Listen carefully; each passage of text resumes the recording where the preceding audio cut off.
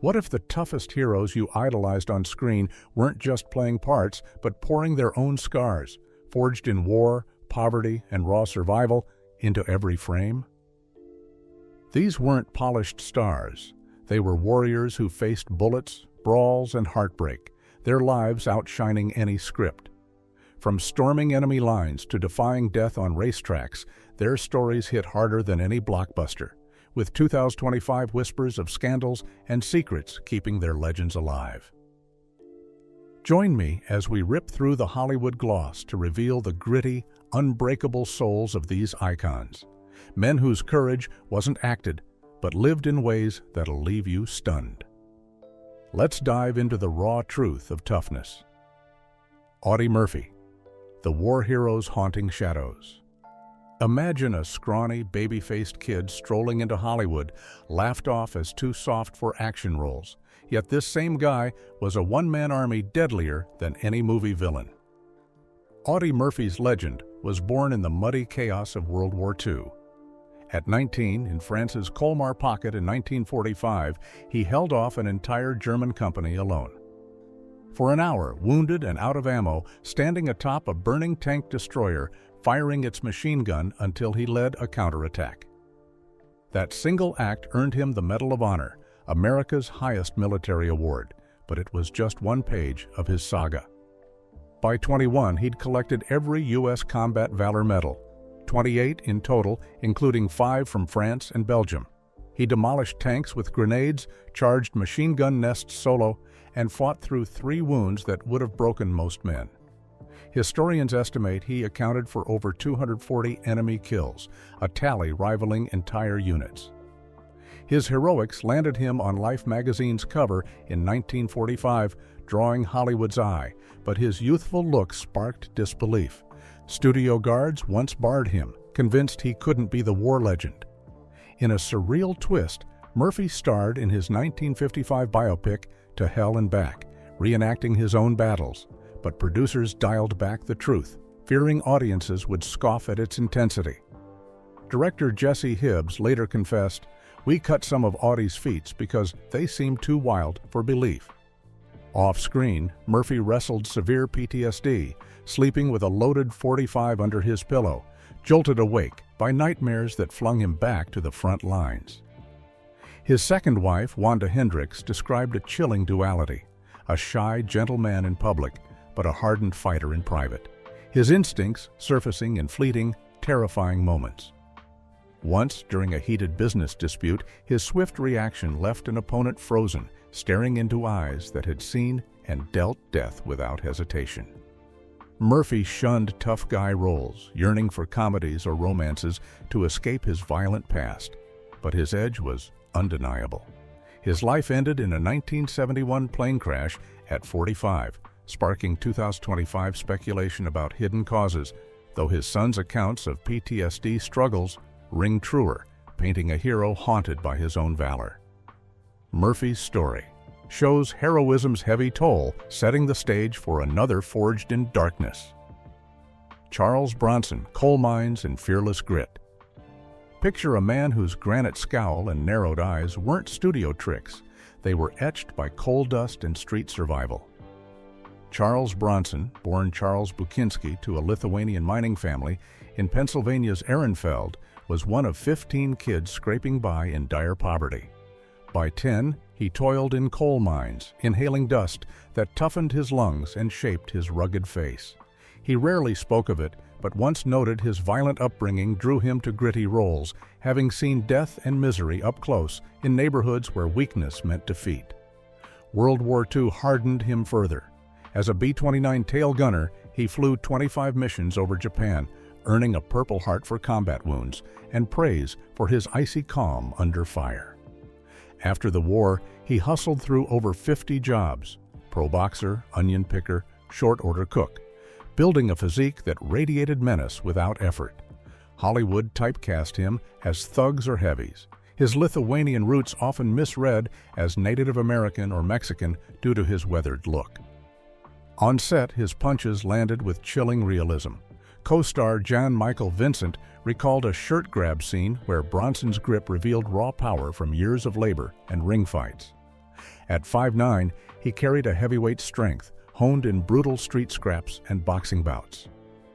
His breakout as vigilante Paul Kersey in 1974's Death Wish sparked rumors of mafia displeasure, though Bronson reportedly dismissed bodyguards, saying life's trials made such threats trivial. Director Michael Winner emphasized, "Charles doesn't act tough, he is tough." Off-screen, he shunned fame, retreating to paint and sculpt, revealing an artist's soul beneath the grit. His quiet resilience, a blend of miner's endurance and fighter's nerve, bridges to a Marine whose scars ran deeper. Lee Marvin. Pacific blood and chilling authenticity. Step into the world of a Marine whose gravelly voice and piercing gaze carried the weight of Pacific battlefields. Lee Marvin enlisted at 18, serving as a scout sniper in the 4th Marine Division, storming 21 Japanese-held islands in World War II. In the 1944 Battle of Saipan, machine gun fire shredded his sciatic nerve, leaving a lifelong limp he masked with subtle swagger and a Purple Heart for his sacrifice. He spoke bluntly of war's horrors. No man enjoys combat unless he's lying or a fool. That raw truth infused his roles in The Dirty Dozen and Point Blank, where director John Boorman noted his violence felt swift and lived in, drawn from sniper days where life hung on split-second choices. Co-stars like James Coburn felt the air shift when Marvin walked in, his presence radiating a danger you couldn't fake. Stories tell of him, in his 40s, holding his own in an Oregon bar brawl against younger loggers during a film shoot, showing up to set bruised but ready. He balanced this with intellect, debating Hemingway or history one moment, sharing takedown tips the next. Director Samuel Fuller called him a philosopher shaped by war's darkest corners. His unfiltered menace, born from real blood and loss, sets the scene for a rebel who courted danger. Steve McQueen. Racing death and rebel heart. Envision a runaway teen, hardened by abuse and abandonment, morphing into Hollywood's King of Cool. Steve McQueen's wild streak led him to the Marines in 1947, where he racked up 7 demotions for rebellion, including a 41-day brig stint for overstaying leave. Yet he proved his mettle, saving 5 comrades when their tank plunged through Arctic ice during a drill. Discharged honorably, he drifted through jobs, lumberjack, oil rigger, carnival barker, before acting called. But McQueen never tamed his thrill-seeking soul. Racing became his obsession, competing professionally in motorcycles and cars under aliases to skirt studio bands.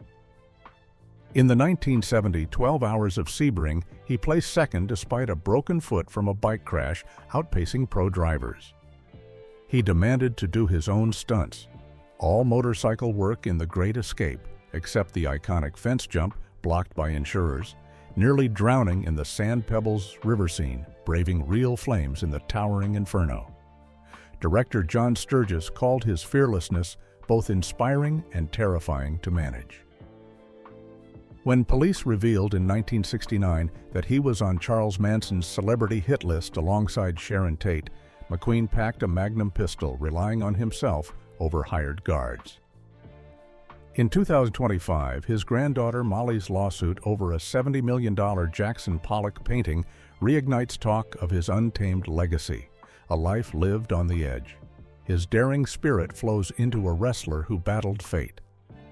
Kirk Douglas, slums to unyielding will. From immigrant slums to Hollywood titan, Kirk Douglas, born Ishur Danielovich, fought poverty's grip, selling snacks as a kid to feed his Russian Jewish family in New York. That hunger fueled competitive wrestling, earning a scholarship to St. Lawrence University through raw strength and cunning grapples. In World War II, he served as a Navy communications officer on a submarine chaser, enduring the claustrophobic threat of enemy subs until injuries forced his 1944 discharge. His mental fortitude shone on sets. Clashing with Stanley Kubrick on Spartacus, he trained with ex-gladiators for authentic fight scenes, taking dangerous falls that left him battered, but back on set in days. Burt Lancaster marveled, "Kirk attacks a scene like a battle." In his 70s, he survived a 1991 helicopter crash that killed 2, rehabbing through crippling back pain, then a 1996 stroke impairing speech. Yet he published My Stroke of Luck in 2002, detailing his recovery.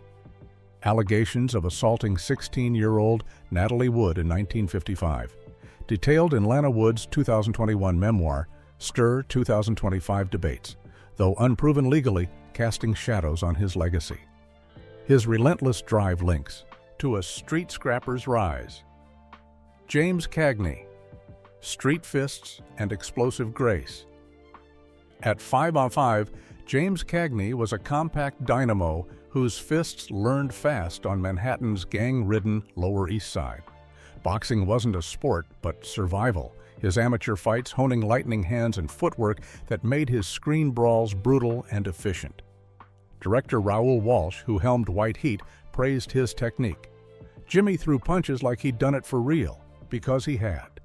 His dance training from vaudeville added explosive agility, letting him perform stunts into his 50s. Co-stars felt his realism. Mae Clark's shock in the Public Enemy's grapefruit scene, planned but jarring, left her rattled. Offset, his reputation as uncrossable, earned quips from Bob Hope. Jimmy'd drop you, then dust you off with a smile. In a 1973 interview, Cagney reflected, "Where I grew up, you either stood tall or hit the ground. I chose standing." His grounded ethos, free of exaggerated family scandals, carries into a Western Giants saga. John Wayne, Frontier Might and Cancer's Toll. Standing 6'4", John Wayne, born Marion Morrison, grew up on rugged Iowa and California farms, where daily labor built his towering frame. A USC football scholarship highlighted his athleticism, but a surfing injury pushed him to Hollywood, hauling props and stunting before stardom. He took risks others shunned. A horse fall in the Alamo cracked ribs, yet he taped up and kept directing. Filming The Conqueror in 1955 in Utah's Snow Canyon, downwind from nuclear test sites, exposed him to radiation. 91 of 220 crew later developed cancer, including Wayne's stomach and lung battles, leading to his 1979 death.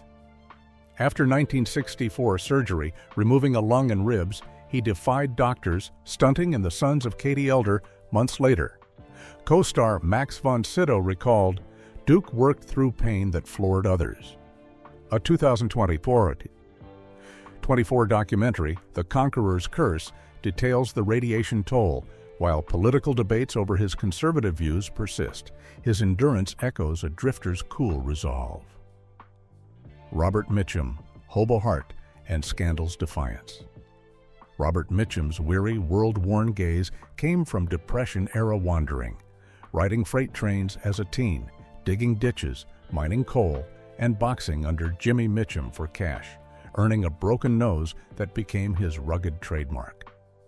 A vagrancy arrest landed him on a Georgia chain gang, a brutal stint that taught him survival's harsh rules.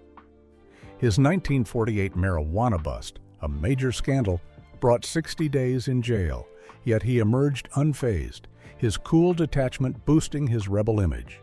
Strength showed effortlessly, carrying Shelley Winters for take after take in The Night of the Hunter without strain. Director Edward Dmytryk said, "Bob didn't prove toughness, it radiated." Family ties to Marilyn Monroe's films, like River of No Return, add depth to his lived-in menace. His resilience flows into An Immigrant's Tale, of raw power. Anthony Quinn, Revolution's Son and Warrior's Might. Born in 1915. Amid Mexico's revolution, Anthony Quinn fled gun war with his family, landing in LA's poorest slums. He worked young, construction, butcher's assistant, pro boxer, building a warrior's frame from necessity, not gyms. His brief ring career left a signature nose, but his strength stunned on sets, hoisting heavy log solo in Zorba the Greek, impressing Greek locals. Elia Kazan, directing Viva Zapata, lauded his labor-born authenticity. Tony didn't act strong, he was strong. Into his 60s, he shunned doubles for the guns of Navarrone's treacherous cliffs. Father to 12 children across marriages, 2025 chatter debunks wild rumors of family scandals, revealing a soul Sophia Loren called a warrior with a poet's heart, blending raw power with emotional depth. His strength mirrors a gunner's unyielding resolve. Charlton Heston, epic stunts and moral fire. Charlton Heston faced World War II skies as a B-25 aerial gunner, dodging flak at 15,000 feet in the Aleutian Campaign. Post-war, his stunts pushed boundaries, months mastering chariots for Ben-Hur, nearly thrown in the iconic race, enduring arm pain for the agony and the ecstasy to mimic Michelangelo's strain. Co-stars envied his endurance, wearing 70-pound armor in Spanish heat for El Cid. Beyond physicality, his moral courage shone, marching with Martin Luther King Jr. in 1963 for civil rights, later leading the NRA from 1998 to 2003, defiantly raising a rifle at conventions. Director Franklin J. Schaffner saw embodied heroism in his convictions, despite political divides. His unyielding spirit rounds out this roster of giants. Conclusion: these men didn't just play tough, they lived it, their scars and stands shaping cinema's rawest heroes in ways modern stars can only dream of matching. Could today's icons endure their trials, war's chaos, poverty's grind, or conviction's cost? It leaves you questioning what toughness truly means behind the screen's shine. If these stories gripped you, smash that like button, subscribe, and ring the bell for more tales that punch through Hollywood's facade with unrelenting truth.